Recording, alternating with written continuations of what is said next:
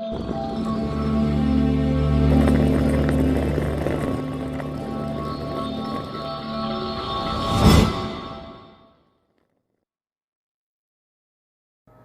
Hi guys and welcome back to Muskan's Gyan Mantra. और आज जो हमारा चैप्टर चल रहा था मैटर इन आवर सराउंडिंग्स, उसका पार्ट नंबर 5 में लेके आई हूँ, जिसके अंदर हम फाइनली पढ़ने वाले हैं इवेपोरेशन के बारे में। और इवेपोरेशन कोई ज़्यादा टफ टॉपिक नहीं है और इजी सा टॉपिक है, और मतलब लाइक हमें कुछ खास इसमें जानने का भी नहीं है।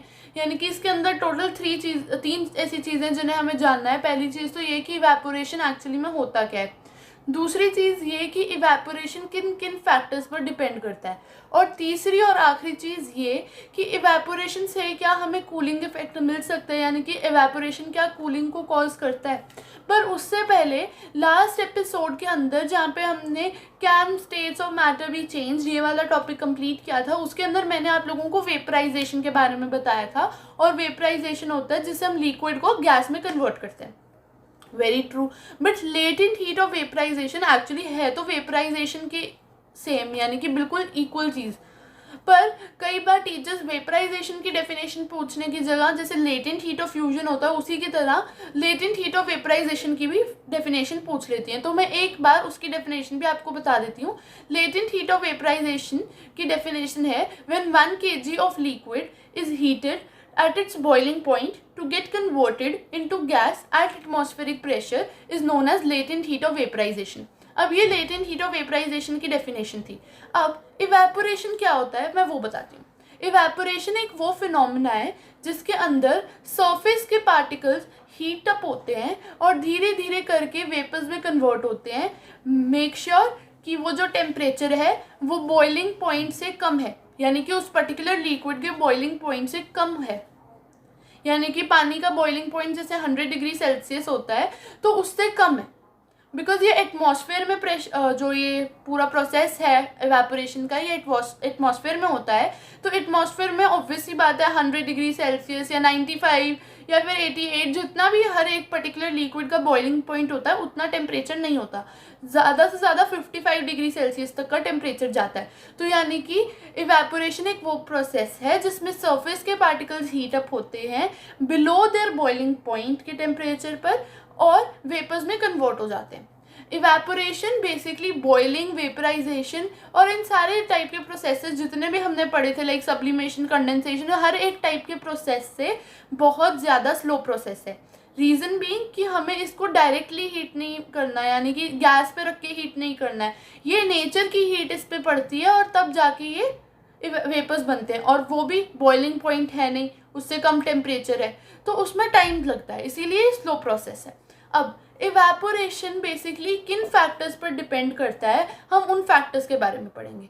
इवेपोरेशन तकरीबन 4 फैक्टर्स पर डिपेंड करता है, 3 पर डायरेक्टली और 1 पर इन्वर्सली। अब जो पहला फैक्टर है वो है टेम्परेचर।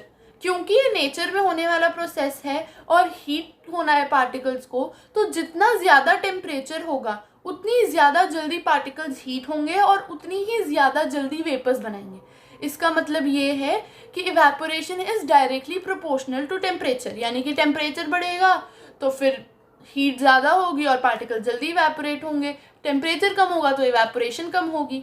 सेकेंड फैक्टर जो है वो ये है सरफेस एरिया। आप लोगों ने कभी देखा है हमारी मॉम्स जब होती हैं कपड़े सूखने डालती हैं तो उनको बिल्कुल चिपका के नहीं डालती, उनको अच्छे से स्प्रेड करके डाला जाता है। अब इसका रीज़न क्या है? कपड़ों को स्प्रेड करके इसलिए डाला जाता है ताकि जितना ज़्यादा सरफेस जो है वो हीट को जब एक्सपोज होगा तो उतने ज़्यादा पार्टिकल्स को एक साथ हीट एनर्जी मिलेगी और वो इवेपोरेट होंगे। इवेपोरेशन के अंदर हमारे जो पार्टिकल्स होते हैं सरफेस के, वो हीट कैसे होते हैं, उनमें हीट एनर्जी जब सन की रेस से या किसी और जो नेचर में जो हीट दे रहा है उससे जब मिलती है तो उनके पार्टिकल्स की काइनेटिक एनर्जी बढ़ जाती है। काइनेटिक एनर्जी मोशन देती है, काइनेटिक एनर्जी बढ़ जाएगी। अब जब काइनेटिक एनर्जी बढ़ जाएगी तो पार्टिकल्स मूव करेंगे, ठीक है ना। और जो सरफेस, उस सरफेस के नीचे वाले पार्टिकल्स होते हैं उनमें भी अपनी कुछ काइनेटिक एनर्जी, उनकी भी कुछ हीट होती है जो उनमें और पहले से ही मौजूद होती है। बिकॉज हर पार्टिकल मूव करता है, सॉलिड के भी पार्टिकल्स बिल्कुल हल्का हल्का, मतलब लाइक इतना हल्का कि दिखे भी ना उतना मूव करते हैं, गैस के भी मूव करते हैं। और ये तो लिक्विड वेपर्स में बन रहे, तो लिक्विड के पार्टिकल्स भी मूव करते रहते हैं। तो उन पार्टिकल्स की जो नीचे के पार्टिकल्स की काइनेटिक एनर्जी होती है वो ऊपर वाले पार्टिकल्स ले लेते हैं, ऊपर वाले पार्टिकल्स नीचे वाले पार्टिकल्स की हीट एनर्जी भी ले लेते हैं, जिसकी वजह से ऊपर वाले सरफेस के पार्टिकल्स की जो ऊपर वाले यानी कि सरफेस के पार्टिकल्स की जो हीट एनर्जी है वो बढ़ती है, काइनेटिक एनर्जी बढ़ती है, और फिर वो वेपर्स में जल्दी कन्वर्ट होते हैं और ऊपर मूव करते हैं, यानी कि एयर में मूव कर जाते हैं। अब दूसरा जो हमारा फैक्टर है वो है विंड स्पीड।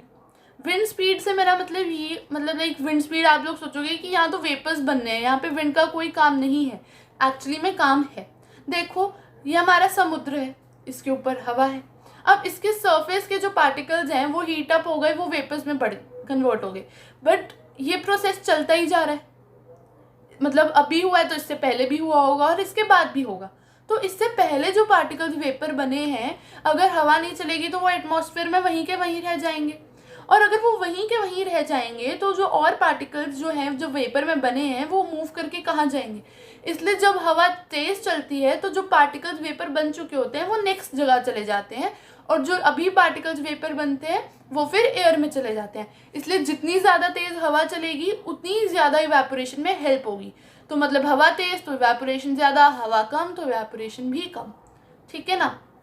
तीसरा फैक्टर जो आता है वो आता है हमारा सरफेस एरिया में बता चुकी हूँ, राइट। टेम्परेचर में बता चुकी हूँ, और मैं बता चुकी हूँ विंड स्पीड। अब चौथा फैक्टर जो हमारा आता है वो आता है ह्यूमिडिटी।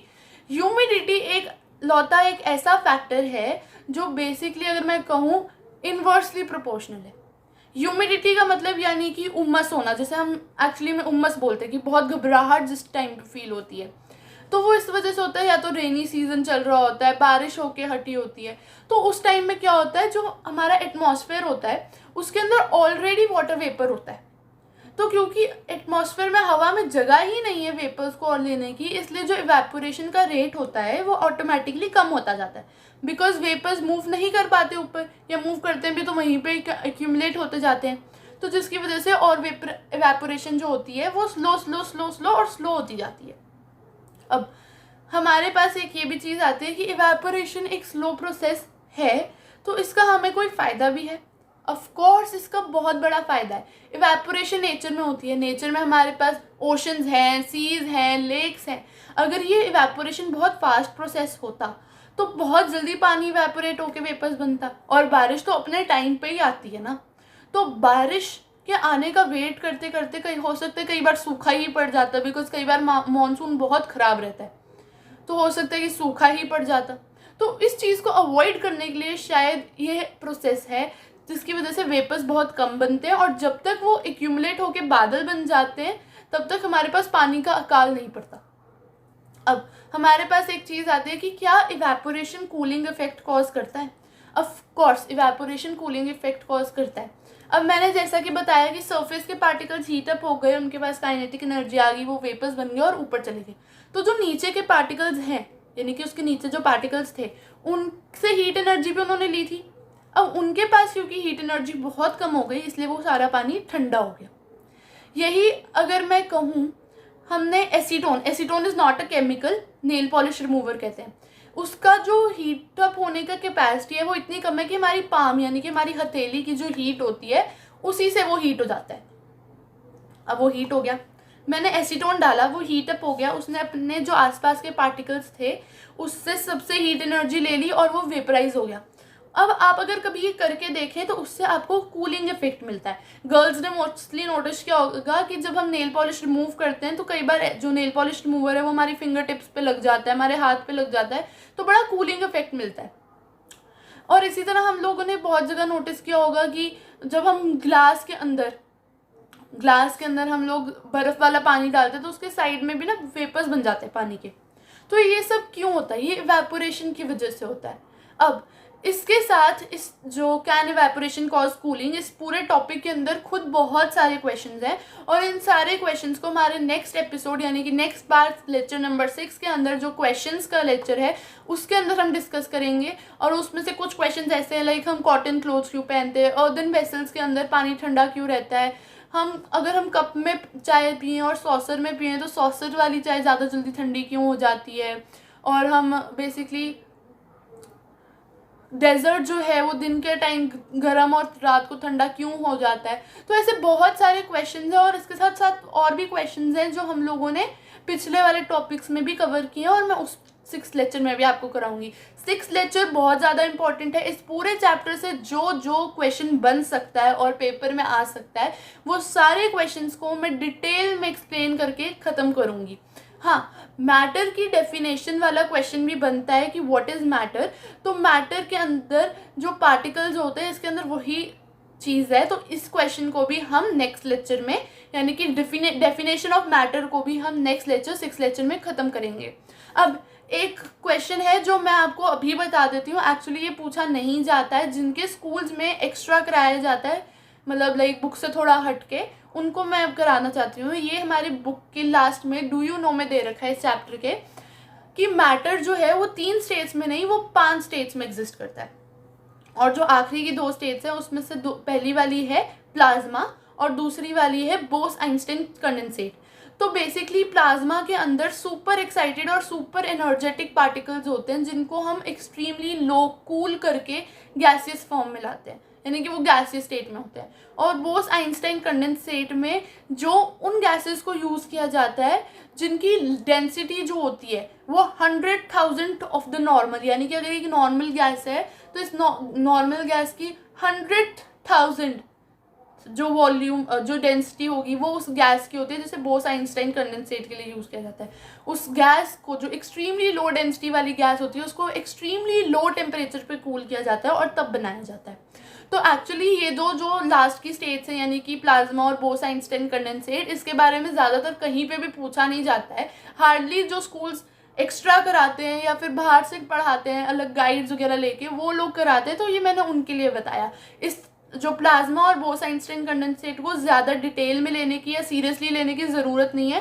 फोकस इनसे पहले वाली 3 स्टेट्स पे करो, इवेपोरेशन पे करो, स्टेट्स ऑफ मैटर कैसे चेंज होती हैं उन पे करो, ठीक है ना।